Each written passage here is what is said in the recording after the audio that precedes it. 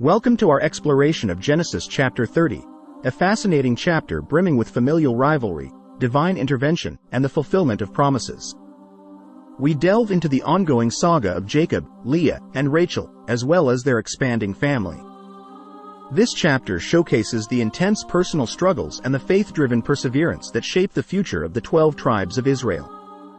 Join us as we unpack the complex relationships and divine orchestration that drive the narrative forward.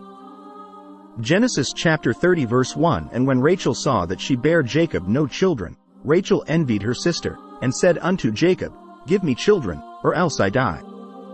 Verse 2 And Jacob's anger was kindled against Rachel, and he said, Am I in God's stead, who hath withheld from thee the fruit of the womb?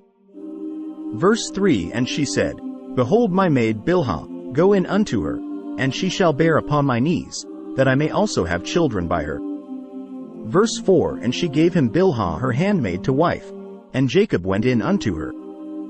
Verse 5 And Bilhah conceived, and bare Jacob a son. Verse 6 And Rachel said, God hath judged me, and hath also heard my voice, and hath given me a son. Therefore called she his name Dan. Verse 7 And Bilhah Rachel's maid conceived again, and bare Jacob a second son. Verse 8 And Rachel said, With great wrestlings have I wrestled with my sister, and I have prevailed. And she called his name Naphtali. Verse 9 When Leah saw that she had left bearing, she took Zilpah her maid, and gave her Jacob to wife. Verse 10 And Zilpah Leah's maid bare Jacob a son. Verse 11 And Leah said, A troop cometh. And she called his name Gad. Verse 12 And Zilpah Leah's maid bare Jacob a second son. Verse 13 And Leah said, Happy am I, for the daughters will call me blessed. And she called his name Asher. Verse 14 And Reuben went in the days of wheat harvest, and found mandrakes in the field, and brought them unto his mother Leah. Then Rachel said to Leah, Give me, I pray thee, of thy son's mandrakes. Verse 15 And she said unto her, Is it a small matter that thou hast taken my husband? And wouldst thou take away my son's mandrakes also? And Rachel said, Therefore he shall lie with thee tonight for thy son's mandrakes.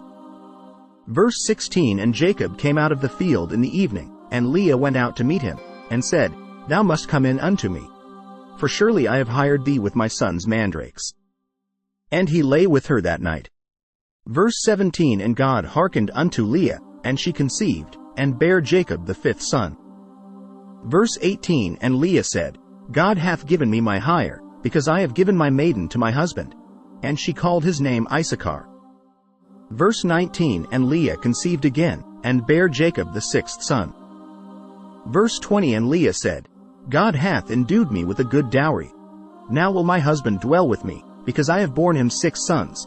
And she called his name Zebulun. Verse 21 And afterwards she bare a daughter, and called her name Dinah. Verse 22 And God remembered Rachel, and God hearkened to her, and opened her womb. Verse 23 And she conceived, and bare a son, and said, God hath taken away my reproach.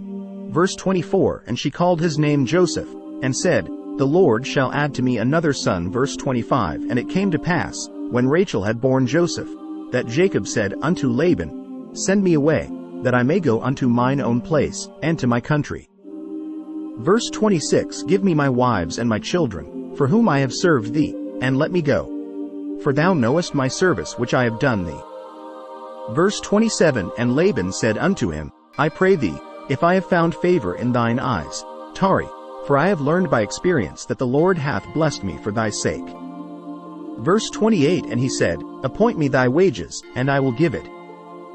Verse 29 And he said unto him, Thou knowest how I have served thee, and how thy cattle was with me. Verse 30 For it was little which thou hadst before I came, and it is now increased unto a multitude. And the Lord hath blessed thee since my coming. And now when shall I provide for mine own house also? Verse 31 And he said, What shall I give thee? And Jacob said, Thou shalt not give me anything. If thou wilt do this thing for me, I will again feed and keep thy flock. Verse 32 I will pass through all thy flock today, removing from thence all the speckled and spotted cattle, and all the brown cattle among the sheep, and the spotted and speckled among the goats, and of such shall be my hire. Verse 33, So shall my righteousness answer for me in time to come, when it shall come for my hire before thy face. Every one that is not speckled and spotted among the goats, and brown among the sheep, that shall be counted stolen with me. Verse 34, And Laban said, Behold, I would it might be according to thy word. Verse 35, And he removed that day the he-goats that were ring-straked and spotted, and all the she-goats that were speckled and spotted, and every one that had some white in it, and all the brown among the sheep, and gave them into the hand of his sons. Verse 36, And he set 3 days' journey betwixt himself and Jacob fed the rest of Laban's flocks. Verse 37, And Jacob took him rods of green poplar, and of the hazel and chestnut tree, and pilled white strakes in them, and made the white appear which was in the rods. Verse 38, And he set the rods which he had pilled before the flocks in the gutters in the watering troughs when the flocks came to drink, that they should conceive when they came to drink. Verse 39, And the flocks conceived before the rods, and brought forth cattle ring-straked, speckled, and spotted. Verse 40, And Jacob did separate the lambs, and set the faces of the flocks toward the ring-straked, and all the brown in the flock of Laban, and he put his own flocks by themselves, and put them not unto Laban's cattle. Verse 41, And it came to pass, whensoever the stronger cattle did conceive, that Jacob laid the rods before the eyes of the cattle in the gutters, that they might conceive among the rods. Verse 42, But when the cattle were feeble, he put them not in. So the feebler were Laban's, and the stronger Jacob's.